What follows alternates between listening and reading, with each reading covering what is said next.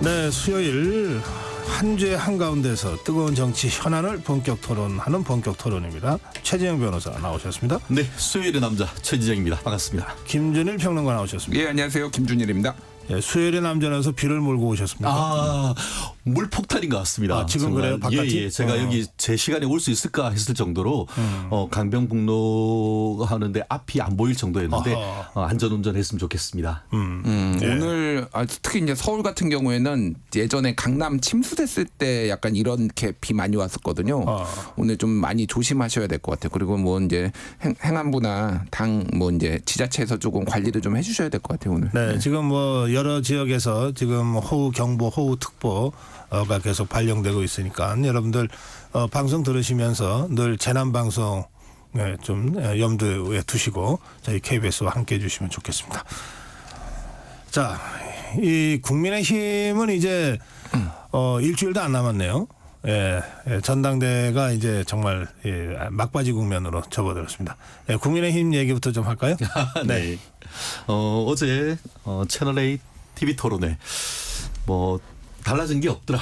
뭐 이렇게 얘기를 할 수가 있을 것 같고, 달라진 게 없다는 것은 네거티브 전 자체에서의 큰 차이가 없다. 다만 일부 달라졌다라고 한다고 하면은 워낙 당내 당외의 비판이 거세다 보니까 그래도 그나마 어제 같은 경우에는 정책적인 부분에 대한 그 일부의 어떤 그 얘기도 있었다. 대표적인 케이스 같은 경우에는 뭐 비동의 가늠이 어떻다, 뭐 이런 법률적인 문제 이런 부분에도 있었던 것 같은데, 어쨌든 어제 같은 경우에는 그 세 줄로 요약하면은 한동훈의 마이웨이, 그리고 원희룡의 한동훈 쫓아가기, 그리고 또 나경원의 양비론, 이렇게 정도로 지금 정리가 됐을 것 같습니다. 네, 김준일 평론가 어떻게 보셨어요? 예, 뭐 이제 어제 채널A에서 제가 제 인상적이었던 거는 김건희 여사 사과해야 이렇게 질문했을 때 4명이 모두가 0표.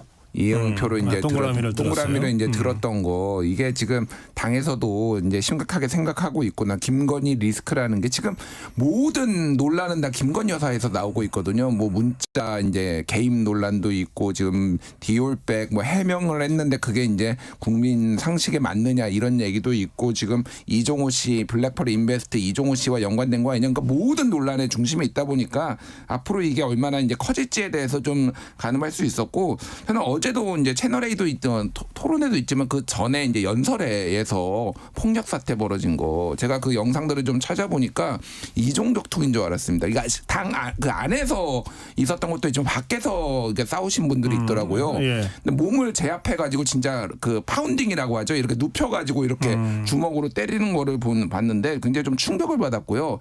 너무 지금 과열된 것도 있고, 이렇게까지 가야 되나 지금 걱정이다. 옛날에 그 좀 태극기 부대가 중심이 됐던, 그리고 이제 폭력과 욕설이 난무했던 이쪽으로 좀 돌아가는 거 아니냐. 정치에 좀 퇴행이다 걱정을 많이 하고 있습니다. 지금 조금 전 말씀하신 태극기 부대라는 용어는 조금 뭐 저는 그렇게 보고 있지만은 또 뭐 시각이 다르신 분이 있으면 그렇죠. 뭐 이해하겠습니다. 그냥 태극기 세력이라고 표현해 주시면 좋겠습니다. 예. 자, 그 조금 전에 우리 최재성 전 수석하고도 이제 이런 말씀을 좀 나눴는데, 그 이제 뭐 전대 결과가 어떻게 되건 간에 이 전대 과정에서 정치적인 공방이 될 수 있는 부분들, 이를테면은 뭐 문자를 보냈는데 무시했다 뭐 하는 거는 이게 그냥 정치적 공방은 되지만 이게 사법적인 문제로까지 갈 일은 아닌 것 같다. 이게 이제 우리 최 수석의 판단이에요. 또 뭐 이를테면은 사천 논란도 일단은 뭐 정치적 공방은 되지만 사법적 논란까지 갈 상황은 아닌 것 같다. 그런데 이게 댓글팀 운영과 관련된 의혹 제기와 논란 있죠.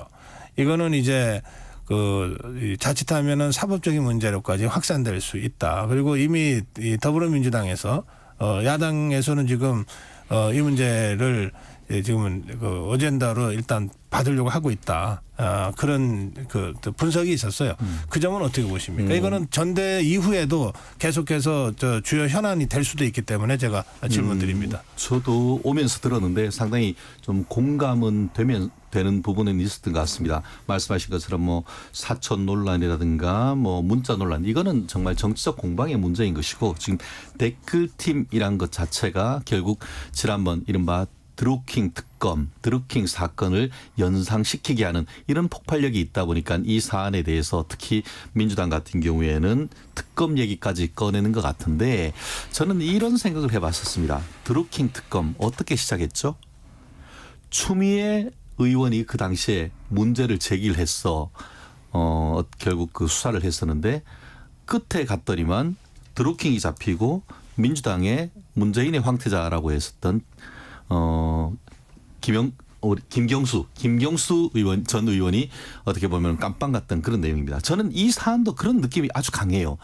의혹은 제기를 했지만 실체가 있는가에 대해서는 오히려 이 사안에 대해서는 지금 한동훈 그 후보 같은 경우에 100번 1000번도 나는 관계없다라고 얘기를 하면서 그것은 그 당시 만약에 그런 식으로 주장은 그 당시 법무부 공무원들에 대한 명예훼손이다 이렇게 지금 나오고 있지 않습니까? 실제로 지금 그 1위 후보는 거의 뭐 지금 앞에 한참 나가고 있고 2등, 3등이 어떻게 보면은 그 네거티브 전략을 구사를 하면서 지금 과열이 되고 있는 이런 상황 속에서 예전부터 지금까지 어떻게 보면 한동훈 그 전 비대위원장이나 이런 사람에 대한 지지세가 강한 것, 팬덤이 있었던 건 사실인 것이고 그 팬덤들이 자체적으로 어떤 그런 지지했던 그런 부분과 드루킹과 같이 뒤에 민주당이 어떻게 보면 그 어떤 자리를 제공하고 알겠습니다. 했던 그런 것과는 사뭇 다른 부분이 있기 때문에 이 사안을 지나치게 한쪽으로 몰아갈 수는 없다고 봅니다. 지지자들의 자발적인 행동이었다라고 하는 설명까지 듣고 잠시 후에 다시 계속하겠습니다. 네, 매주 수요일 보내드리는 본격 토론 최진영 변호사, 김준일 평론가와 함께하고 계십니다. 조금 전에 최진영 변호사가 이 한동훈 후보의 댓글팀 운영 논란 문제 제기와 관련해서 지지자들의 자발적 활동이었다는 이제 한동훈 후보 측의 설명 주장을 전해드린 데까지 말씀을 들었고요. 김준일 평론가. 드루킹 사건 처음 터졌을 때 김경수 당시 경남지사도 이거 지지자들의 자발적인 그랬어요? 네, 그렇게 얘기를 했어요. 그런데 수사를 해보니까 이제 이게 조직적으로 하고 만나가지고 또 승인도 하고 고개도 끄덕이고 뭐 이래가지고 이제 네이버 업무방해로 처벌을 받은 거잖아요. 해보지 않고 어떻게 합니까? 그러니까 이거는 제가 뭐 최진영 변호사님 의견 존중하는데 몰라요. 그러니까 뭐 양문석 의원이 찾아낸 거 보면은 뭐 J500이라는 이 아이디 같은 경우에는 작년 5월부터 최근까지 한 거의 2년 동안 18,000개 정도 댓글을 달았다라는 거예요. 그러면은 이건 기본적으로 2년 동안 1년에 9,000개니까 하루에 한 250개에서 300개씩 매일 단 거예요. 댓글을. 이게 모르겠습니다. 그렇게 열정적으로 아무런 보수도 없이 한동훈을 너무 좋아해가지고 뭐 다칠 수도 있지만은 수사를 해봐야 하는 거고요. 저는 이거를 보면서 예전에 2007년 그 이제 보수정당 전당대회 이제 대선 후보 선출하는 전당대회가 생각이 나더라고요. 그때 이제 이명박 후보와 박근혜 후보가 진짜 생사를 걸고 싸웠잖아요. 그때 박근혜 후보가 다스는 누구 겁니까? 이 얘기를 했고요. 이명박 후보가 최태민에 의한 국정농단 이런 얘기 했잖아요. 두 분 정치 인생에서 가장 진실한 순간이 그때가 아니었나 그 생각이 들어요. 정확하게 진실을 얘기하고 그게 나중에 다 밝혀졌잖아요. 원래 이제 국가 간 전쟁보다 내전이 더 잔혹하다고 대장동 의혹도 이제 이낙연 후보 측에서 처음 제기됐다라는 거 아닙니까? 이것도 마찬가지인 것 같아요. 이거는 그래서 글쎄 수사를 안 해보고 이거를 저렇게 자발적이라고 할 수 있을지 의문이에요. 결국은 이것도 내전 이제 장해찬 개인적인 원한이라고 저는 보는데 이런 거에서 지금 촉발이 된 상황이고 이게 굉장히 국민의힘을 어렵게 할 수도 있겠구나 이 생각을 합니다. 예. 이게 전당대회 이후를 걱정하는 보수층 유권자들이 지금 많습니다. 그러니까 지금 우리 김준일 평론가 말씀하신 대로 이게 어떻게 될지 모르기 때문에 하는 걱정들을 다 하고 있는 것 같아요. 자.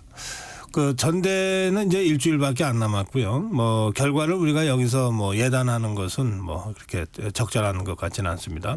제가 최진영 변호사한테 드리는 질문 또 우리 김준일 평론가한테 드리는 질문은 이겁니다. 누가 대표가 되든 이후에 그 당은 어떻게 가야 되고 당정 관계는 이른바 대통령과의 관계 설정은 어떻게 하는 것이 좋겠는지에 대한 한 말씀씩 듣고 민주당 얘기로 가보겠습니다. 네.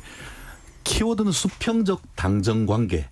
한마디로 어떻게 보면 일방적으로 용산에서 지시하고 그것을 추종하는 그런 관계보다는 지금 현재의 민심을 그대로 용산에게 전할 수 있고 맞는 것은 맞는 대로 백업을 하지만 잘못된 것은 잘못됐다라고 민심을 직언을 해서 그 다음 어떤 그 보수 정당의 어떤 연장 보수 재집권을 할 수 있는 그런 긴장 관계 내지는 견제 관계를 이뤄가는 그게 가장 핵심이라고 저는 생각합니다.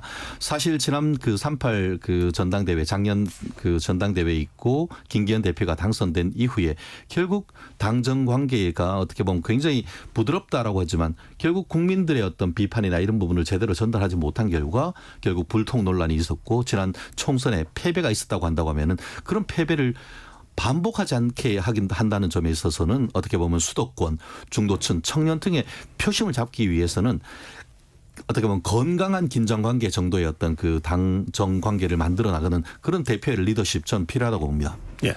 그러니까 누가 당대표가 되든 지금 바로 초반부터 이를테면은 당에서 좀 용산에 압박하거나 그럴 것 같지는 않아요. 한동훈 후보가 지금 제일 유력한데 한동훈 후보가 되자마자 제 첫 번째 하는 일이 최상병 특검법을 발의를 한다? 저는 그렇게 생각하지 않습니다. 왜냐하면은 그렇게 되면 이제 소위 말하는 배신자론 뭐 이런 것들이 좀 더 강화될 가능성이 높고 민주당 입장에서 보면은 이게 타임라인이 있는 거거든. 데드라인이 있는 거예요. 쉽게 얘기를 하면 통신기록이 삭제되기 전에 7월 28일부터 8월 이제 이때까지가 지금 확보하는 게 중요한데 여기에서 지금 바로 국민의힘이 이거를 협조할 것 같지 않고 또 한동훈 당대표가 된다고 해서 이게 원내에서 이루어지는 일이니까 추경호 원내대표가 그러면 이거를 자발적으로 이렇게 할 것 같지도 않아요. 그런데 이제 제가 이제 주목하는 거는 올해 연말입니다. 사실 이제 올해 10월 달에 보궐선거가 있는데 이거는 국민의힘하고 직접적인 관계가 있는 지역에서 열리지 않고 막 기초단체나 뭐 이런 데서 이제 시의원이나 뭐 이런 분들이 열리는데 내년 4월 같은 경우에는 선거가 커질 수가 있어요. 그렇죠. 지금 서울시 예. 교육감도 대법원 확정 판결 올해 안에 나면은 거기도 이제 뭐 당적을 가지는 건 아니지만 굉장히 이제 당에서 관심을 가질 수밖에 없고 선거가 커진단 말이에요. 그러면 이거는 완벽하게 그리고 올해 11월 10일이 이제 2년 반이에요. 딱 정확하게 윤석열 정부에.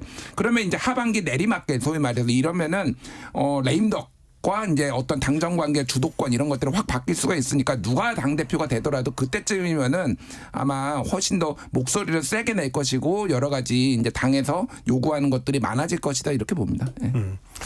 우리 저 김준일 평론가 예상대로라면 누가 당 대표가 되건 전당대회 이후에 국민의힘은 대통령실과 잘 조율해 가면서 야당의 공세, 이를테면은 해병대원 특검법을 비롯한 야당의 공세에 대해서는 일단 일치 단결해서 대응을 하려고 할 거다.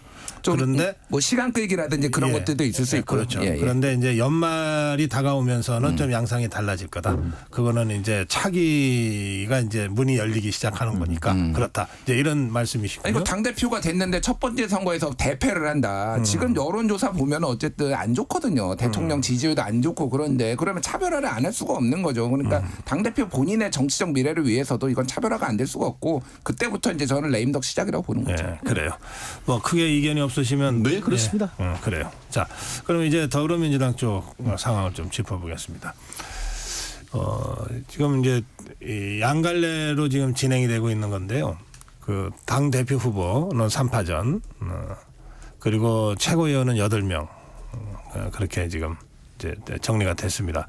김준일 평론가 어떻게 평가하십니까? 일단 그러니까 민주당 당대표 같은 경우에는 77.7%가 기준점이 될 것 같아요. 뭐가 됐든. 예. 지난번에 이제 획득했던 그게 그래서 비슷하게 나오면은 앞자리가 어쨌든 이재명 대표 득표율이 앞자리가 7로 나오면은 이게 큰 문제가 없는데 막 앞자리가 막 89, 막 90 이렇게 나오면은 또 이재명 뭐 이거 더불어 공산당이냐 막 이런 비판들이 나올 것 같고 이게 6자로 떨어질 경우에는 이재명의 당 장악력이 많이 떨어졌네. 이재명 반대 세력이 굉장히 늘어났네. 이런 얘기가 나올 것 같아서 제가 보기에는 이재명 대표도 지난번하고 비슷하게 득표하는 거를 목표로 하지 않을까. 뭐 그 생각이 들어요.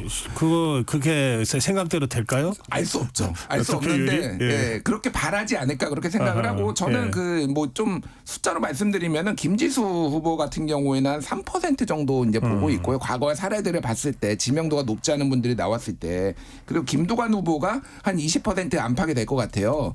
그러면은 22부를 합치면 23이거든요. 그러면 77이 나옵니다. 이재명 후보. 그래서 지난번하고 비슷하게 나오지 않을까 약간 뭐 75, 77 이 정도 전 보고 있어요. 예. 그 2002년에 노무현 후보가 대통령 후보 확정될 때요. 광주까지 가서 이제 판이 정리가 돼 버려 가지고 다들 막 중도 사퇴하고 이래서 정동영 후보 혼자 달랑 남아서 맞아요. 마지막 경선 지킴이 했어요. 그때 이게 너무 압도적으로 일방적으로 되면은 이게 전대 흥행에도 좀 그 영향을 미친다 해서 그때 노무현 후보가 정동영 후보 표 지지해 달라고 연설도 한 적이 있어요. 근데 그러다가 이게 진짜 표가 굴러가면 또 이상이잖아요. 그래서 그 스탠스 잡기가 참 그 어렵다는 얘기를 그 당시 이제 한 적이 있거든요. 그 한 20년 전입니다. 지금 양상이 좀 비슷한 것 같으네요. 죄송합니다. 전 그때랑 다르다라고 보는 게 왜 그러냐면은 그때는 모두가 노무현이 대선 후보가 될 거라고 생각을 안 했고 자기가 될 거라고 생각해서 나왔는데 중간에 아하. 판이 이상해지면서 그분들이 보기에는 그래서 사퇴를 한 것이고 지금은 어차피 어대명이잖아요. 그러니까 소위 말해서 그러니까 그리고 이 김지수라는 이제 이 38살 이분도 본인의 이름을 알리기 위한 거고 돈까지 냈는데 중도에 사퇴를 하면은 이건 아무런 실익이 없는 거고 김두관 후보도 마찬가지 당선되려고 나온 게 아니잖아요. 더 선명한 메시지 내가 이재명의 대안이다 반대쪽에 대안이다라는 걸 말하기 위해서라면 전 사퇴할 일은 없다고 봅니다. 끝까지 갈 것 같아요. 월요일이 우리 초복이었습니까? 초복에 삼계탕을 먹는데 삼계탕 먹으러 가지 깍두기 먹으러 가지는 않지 않습니까? 무슨 말이냐? 이번 민주당 전당대회는 어떻게 보면 당대표 메인 디시를 가지고 싸워야 되는데 메인 디시에 대해서는 사실상 5대명을 넘어 확대명 확실하게 대표는 이재명 이 정도의 얘기는 어떤 보면 정치평론가계에서 거의 확실한 어떤 그 대세인 것 같은데요. 그래놓고 이제 최고위원 뭐 굳이 깍두기라고 제가 비유해서 송구스럽습니다만 그분들 또한 내가 정말 이재명과 같이 갈 이 최적임자다 이렇게 얘기를 한 것을 보고 누구는 뭐 수석 변호사인이 되겠다. 누구는 뭐 대통령 선거에 러닝메이트가 되겠다. 이런 식으로 얘기를 하면서 김이 빠진 그런 전당대회가 되고 있는데요. 다만 그 과정에서 그래도 긴장감을 불어넣었던 것이 지금 김두관 전 의원이다 저는 평가를 하는데 저는 김두관 전 의원이 나오시면서 최근 여론조사를 봤더니만 적지 않은 그 지지를 받는 그런 모습을 봤어요. 그리고 더불어서 이재명 전 대표가 연임하는 것에 대해서도 상당히 부정적인 측면이 강조되고 있는 여론의 흐름을 보고 있는데 그렇다는 점에서 5대명 내지 확대명은 맞지만 그것이 과연 77.7%를 넘길 것인가 했을 때는 저는 아니올시다 쪽에 포커스를 두고 있습니다. 오히려 지금 현재 시점으로 봤을 때는 뭐 내부적인 뭐 2.5대 뭐 7.5 이런 것도 권 뭐 민심 그런 게 있습니다만 의외로 김두관 후보가 선전에서 30% 이상 나올 가능성이 상당히 있고 그것은 결국 이재명 후보에 대한 사법 리스크 그리고 포스트 이재명에 대한 민주당 지지자들의 어떤 희망사항 이런 부분도 저는 반영될 것이라고 예측합니다. 알겠습니다.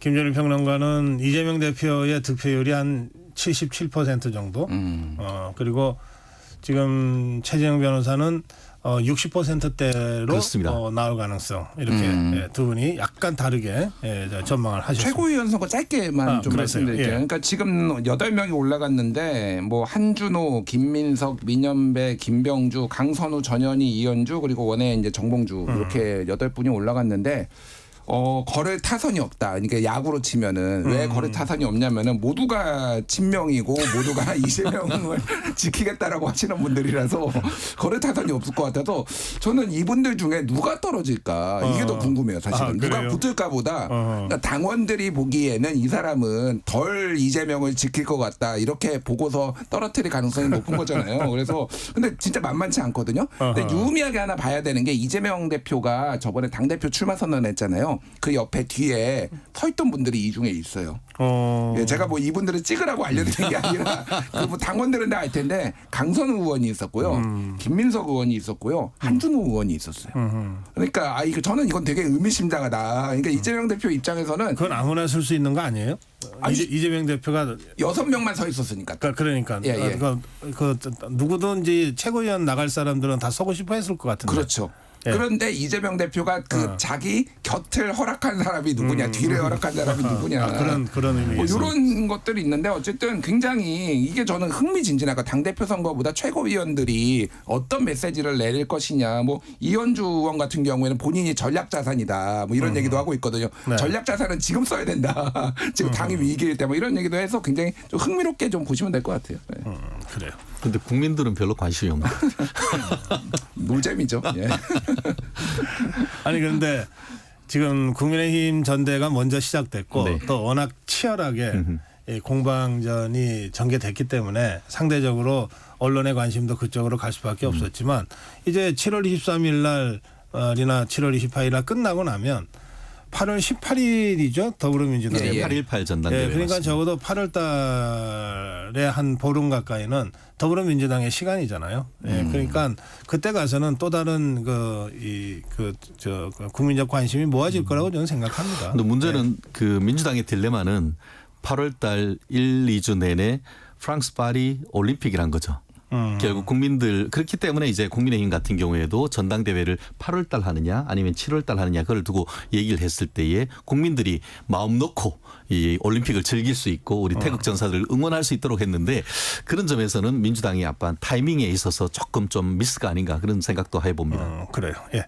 저기 아까 그 최고위원 잠깐 말씀을 하셔서 생각이 난 건데 이 트럼프가 총격을 받았어요. 예. 근데 갑자기 그 닥터 헬기가 호출이 돼가지고. 근데 불과 하루 만에 이게 팩트가 틀린 걸로 확인이 돼 버렸잖아요.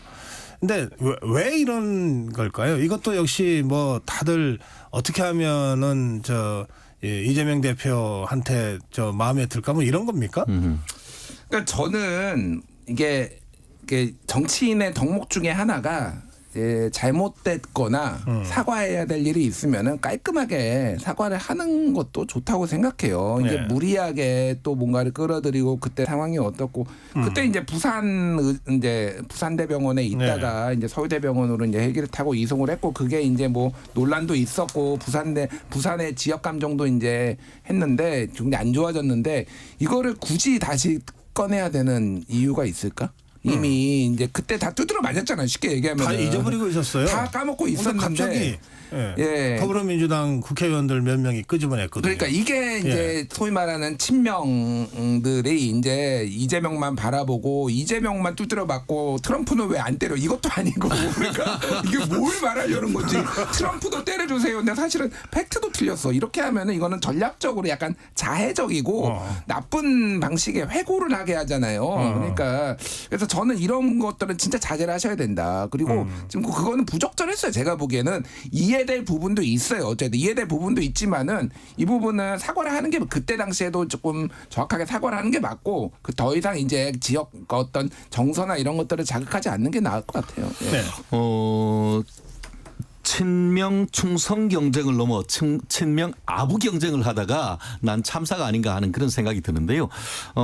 사실 그 당시 어떻게 보면 이재명 그 후보에 대한 테러가 있었을 당시는 어떻게 보면은 닥터 헬기로 해서 서울대병원까지 갔고 지금 엊그제 그 트럼프 후보에 대해서는 그런 어떤 총격까지 받았음에도 불구하고 차량을 이용해서 바로 지역에 있는 지역 병원에 갔다가 결국 그 본인의 어떤 본거지로 돌아갔던 그런 모습이 있는데 그런 사실까지도 왜곡하려고 하는 그런 모습 과연 그 충성 경쟁이 이재명 후보에게 도움이 되느냐 국민들의 지지를 끌어낼 수 있느냐 이런 비판을 하지 않을 수가 없는데 지금 아까 얘기한 것처럼 민주당 최고위원 후보들 같은 경우에 아부 경쟁이 나는 수석 변호인 되겠다. 이재명 인질 구출 작전을 하겠다. 이재명 집권 플랜 본부장을 하겠다.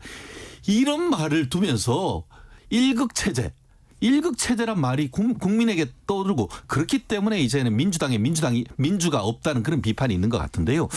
모르겠습니다. 앞으로 어떤 식으로 더 지금 이제 시작판에 이제 충성 경쟁인데 앞으로 8월 18일까지 갈 때 그 이른바 개딸 적극 지지층에 어떤 호소하기 위해서 도대체 우리 국민들이 예측하지 못한 그런 기괴한 발상들이 나오지 않을까 정말 걱정됩니다. 예. 이 문제는 이쯤 그냥 문제 제기해 두는 걸로 하겠습니다. 이 양당이 전당대회를 치르는 와중이라 국회 상황이 아무래도 좀 뉴스를 좀 덜 받는 것 같아요. 그런데 사실 국회도 계속해서 지금 가동되고 있잖아요. 오늘 이제 두 분과 함께 그 문제를 좀 몇 가지 짚어보고 싶은데요. 우선 탄핵 소추 국회 청원청문회가 곧 열릴 건데 대통령실은 지금 출석 거부했습니다. 예, 출석 요구서 수령을 거부했어요. 또 그런가 하면 검찰총장도 지금 증인 채택을 했죠. 더불어민주당에서. 이 검찰총장이 그 청문회에 나갈 것 같지 않거든요. 지금 상황으로 봐서. 이렇게 지금 한쪽에선 강행하고 한쪽에서는 아예 그걸 거부하는 양상이 지금 계속되고 있습니다. 이 상황은 어떻게 예상하시는지요? 김준일 평론가 먼저 시작하실까요? 그러니까 이제 탄핵소추 국회청원 청문회가 열리는 것 자체가 처음이고 굉장히 이례적이죠. 그러니까 그런데 이제 민주당이 너무 무리하게 진행한다라는 비판도 저는 뭐 어느 정도는 일리가 있다라고 보는데 결국은 아무것도 이 꽉 막힌 전국을 정부와 여당 대통령께서 지금 풀려고 하질 않으시니 이렇게 된 거 아니나 이런 생각이 들어요. 그래서 네. 민주당 이게 그러면은 여론의 역풍이 있어야 돼요. 만약에 이게 민주당이 정말 잘못한 거면. 근데 여론의 역풍이나 이런 것들이 보일 조짐은 전혀 없습니다. 오히려 강하게 해라라는 것들이 민주당 지지층뿐만 아니라 중도 진영에서도 있다라고 본다라면 이거는 결국은 정치적 해법을 새로운 당대표 그리고 이제 정권이 이제 대통령께서 풀어내야 된다. 그리고 정무 감각이 뛰어난 것으로 알려진 김건희 여사께서도 좀 어떻게 하실지 좀 해법을 내놓으셨으면 좋겠다 이런 생각이 듭니다. 예. 최재형 변호사. 그렇습니다. 1일 1특검을 넘어서 이제 1일 1탄핵이다라고 얘기를 하는데 뭐 정청래 법사위원장은 국회법은 내가 더 잘한다 뭐 이런 식으로 지금 얘기를 하고 있지만 과연 민주당에 법을 아는 사람들이 얼마가 있는가 정말 헌법을 지키려고 하는 의지가 있는 사람들이 얼마가 있는가라는 말을 하지 않을 수가 없는데요. 탄핵이란 것은 기본적으로 이제 공직에서 파면하는 겁니다. 그렇다고 하면은 아까 예를 들어서 지금 민주당이 지금 그 이재명 수사를 했던 그 검사 4명을 탄핵을 하려다가 민주당 그 검찰 측에서 그것이 직권남용이고 명예훼손이고라고 고소를 하고 나아가 경우에 따라서는 그것이 어떻게 보면은 무고죄가 될 수 있다라고 하니까 주춤하면서 더 이상 진행을 못 하고 있는 것 아니겠습니까? 네. 그런 부분에 있어서 이 사안도 마찬가지인 겁니다.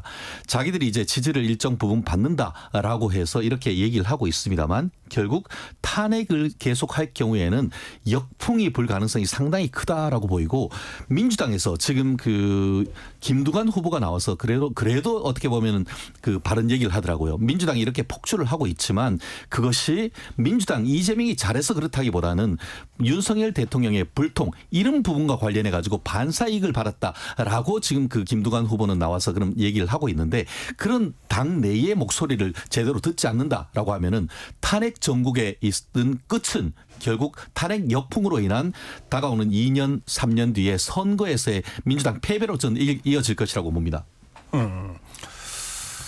그 지금 이 문제는 그 역풍이 불 거라는 것이고 지금 역풍이 안 불고 있다. 당장 민심을 봐라. 지금. 아니, 그러니까 증거를 가지고 우리가 얘기를 해야 돼. 뭐 더불어민주당 지지율이 떨어진다든지, 뭐 대통령 지지율이 오른다든지, 뭐 이런 게 있어야 되는데 어디에 역풍이 있다라는 건지 저는 잘 이해가 안 됩니다. 지금 말씀드릴까요? 네. 그 준비되지 아니한 여론조사 얘기하면은 또 이게 좀 힘들기 때문에 최근에 어쨌든 뭐 그 윤석열 대통령의 지지율이 조금은 반등하는 점이 있고 더불어서 그렇게 지금 1일 1탄핵 1일 특검을 하고 있지만 민주당의 지지율이 답보 상태 오히려 상당 부분 어떤 경우에는 떨어지는 그런 모습 자체가 국민들 특히 수도권 중도층 표심이 민주당의 어떤 그런 어젠다에 동의하지 않는다는 것을 간접적으로 반증하는 거라고 봅니다. 예, 그런가 하면은 지금 해병대원 특검법이요. 이거 지금 대통령은 제2요구권을 발동한 상태고요. 예, 더불어민주당은 어떤 형태로든 이걸 처리해야 될 상황인데 어떻게 전망하시죠? 일단 원래 19일 이전에 이제 처리를 하는 건 최상병 일주기 이전에 처리하는 걸 목표로 했지만은 지금은 국민의힘 전당대회 이후로 지금 미루는 걸로 거의 확정이 된 상황이잖아요. 그러니까 어떻게 해서든 이거를 민주당은 통과시켜야 되겠다는 의지가 강한 것 같아요. 그러니까 협상을 하든 왜냐하면은 지금 하면은 국민의힘에서 저 이탈표라고 하는 찬성하실 분들이 거의 없어 보이니 현재는 새로운 당 대표가 들어서면 그게 누가 됐든 그 협상을 하든 아니면은 새로운 이제 국면이 전개가 될 테니 이렇게 하려고 하는 것 같은데 그래서 모르겠습니다. 그러니까 저는 이게 정말로 이렇게까지 가야 되나 이런 생각이 들어요. 사실. 그러니까 제가 그 다른 국민의힘 그 전당대회 이번에 당대표 나오신 분들한테 3년 내내 민주당은 특검법 발의할 텐데 3년 내내 이렇게 가려고 하나? 뭐 이 생각을 합니다. 이거는 국민적 여론이 너무 압도적이기 때문에 어떻게 해서든 해결을 해야 돼요. 그런 부분에 있어서는 빨리 전향적으로 뭔가 협상에 좀 앉았으면 좋겠다 이 생각을 합니다. 말씀드린 것처럼 이 자리에서 말씀드린 것 같은데 정말 민주당이 그 최상병 특검을 하려고 하면은 민주당이 2014년에 만든 상설 특검 그대로 진행을 하면 되는 겁니다. 아시듯이 법조 3년 그러니까 법무부 차관 또 행정처 그 차장 그리고 또 대한변협협회장 플러스 국민의힘 민주당에서 추천해낸 7명을 가지고 거기에서 어떻게 보면 대통령이 한 명을 선택할 수 있도록 그런 쪽으로 간다라고 한다고 하면은 누가 국민의힘 그 국민들 중에 그걸 반대할 사람이 얼마나 많겠습니까? 물론 윤석열 대통령에 대한 적극 지지층 같은 경우에는 일부 반대하겠지만 그런 점에 있어서 결국 민주당은 자기가 고발해놓고 자기가 수사하겠다는 그런 거기 때문에 국민들이 거기에 반응을 별로 하지 않는 것이죠. 지금 더불어민주당 일각에서는 더불어민주당이 사실상 아까 잠깐 그런 말씀은 하셨는데 지금 상태에서 재의결 가도 부결될 가능성이 많다고 보고 그러니까 특검법은 안 되니 차라리 상설특검 쪽으로 가자 뭐 이런 얘기들이 검토됐는데 그건 또 아니다. 지금 또 그런 입장이죠. 아니, 그러니까 상설특검을 검토는 하고 있는 거죠. 그런데 그게 이제 메인 디시라고 하죠. 이제 그게 되는 건 아니고 말씀하셨다시피 그러면은 이제 7인 운영위원회가 있는데 여기에서 어떤 분이 올라올 것이냐에 대해서 민주당에서 좀 우려가 있는 것 같아요. 근데 저는 뭐가 됐든 일단 특검이 굴러가면은 거기서 또 해법이 나올 거라고 봅니다. 알겠습니다.